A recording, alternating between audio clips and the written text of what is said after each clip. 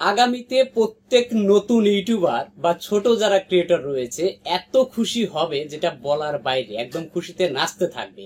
যেটা হয়েছিল আজ থেকে 9 থেকে 10 বছর পূর্বে। কেমন ছিল ইউটিউবটা? যে আপনার একটি চ্যানেল মনিটাইজেশন করতে না লাগতো 1000 সাবস্ক্রাইবার, না লাগতো 4000 ঘন্টা ওয়াচ টাইম। কথাটা বুঝতে পেরেছেন? 1000 সাবস্ক্রাইবও পূরণ করতে হতো না, 4000 ঘন্টা ওয়াচ টাইমও পূরণ করতে হতো না।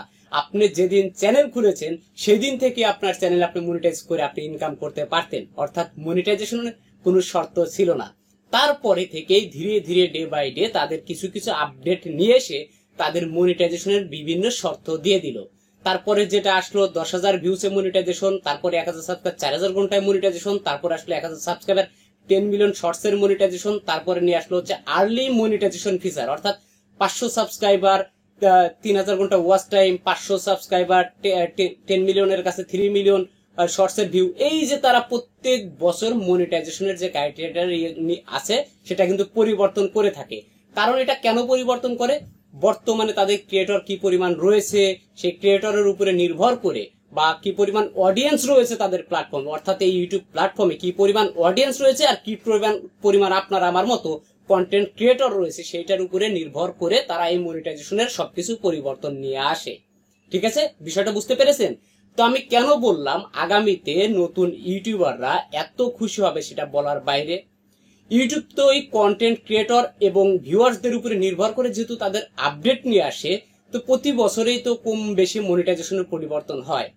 তো এই বছর 2025 সালের কোনো মনিটাইজেশনের পরিবর্তন এখনো পর্যন্ত ইউটিউব কিন্তু নিয়ে আসেনি। বিগত বছরগুলো কিন্তু মনিটাইজেশনের বিভিন্ন ফিচার, বিভিন্ন পরিবর্তন, মনিটাইজেশনের কম বেশি এই আপডেটগুলো নিয়ে আসতো। 25 সালের যে মনিটাইজেশনের যে বিষয়টা, এটা কিন্তু এখনো পর্যন্ত আসেনি। হয়তো বা আগামী 2-3 মাসের মধ্যে তাদের এই মনিটাইজেশনের বিষয় কিছু আপডেট করতে পারে মেবি। ঠিক আছে, এখন বিষয়টা আপনাদেরকে ক্লিয়ার করে তারা কেমন কমতে পারে বা কেমন কি জন্য নতুন ক্রিয়েটররা আগামীতে মানে বেশি খুশি হবে। আমি যুক্তি তুলে ধরছি, যুক্তিটা আপনারা ভেবে নেবেন। ইউটিউব কি একটাই মাত্র প্ল্যাটফর্ম ভিডিও শেয়ারিং এর? ইউটিউবের পরিবর্তে কি আর কোনো ভিডিও শেয়ারিং এর প্ল্যাটফর্ম নয়? অবশ্যই রয়েছে। ইউটিউব যেমন একটা ভিডিও শেয়ারিং বড় প্ল্যাটফর্ম, ঠিক এইরকম এখন অনেক প্ল্যাটফর্ম হয়ে গেছে যেখানে অতি সহজে মনিটাইজেশন দিচ্ছে। অতি সহজ মনিটাইজেশনটা বোঝেন?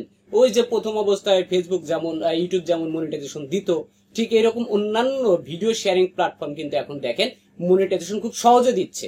তাহলে দেখুন, কন্টেন্ট ক্রিয়েটর অর্থাৎ আমরা যারা ভিডিও তৈরি করি, আমরা যেখানে সুবিধা বেশি পাবো সেখানে তো আমরা কনভার্ট হব। এখন ইউটিউব যদি দেখে তাদের এই ইউটিউব প্ল্যাটফর্মে কন্টেন্ট নির্মাতা অর্থাৎ ভিডিও যারা তৈরি করে তাদের পরিমাণ কমে যাচ্ছে, তাহলে তো অবশ্যই মনিটাইজেশনের যে সুবিধাটা মানে শর্তটা রয়েছে সেটার পরিবর্তন তারা আনতে পারে। এবং তারা যদি দেখে তাদের এই প্ল্যাটফর্ম থেকে কন্টেন্ট ক্রিয়েটররা ধীরে ধীরে চলে যাচ্ছে, এটা কি তারা মেনে নেবে? কখনোই মেনে নেবে না। আমরা ক্রিয়েটররা আশাবাদী আগামীতে নতুন ইউটিউবারদের জন্য বিশাল পরিবর্তন হয়তো বা ইউটিউব আনবে।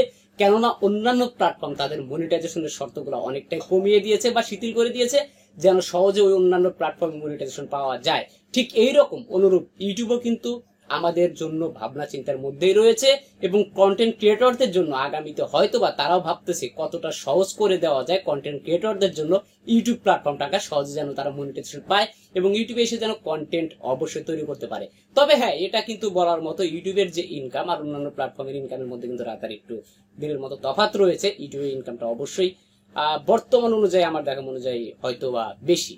ভিডিওটি ভালো লাগে লাইক করবেন, আমার চ্যানেলের সাথে থাকবেন নতুন আপডেট কিছু ভিডিও পাওয়ার জন্য।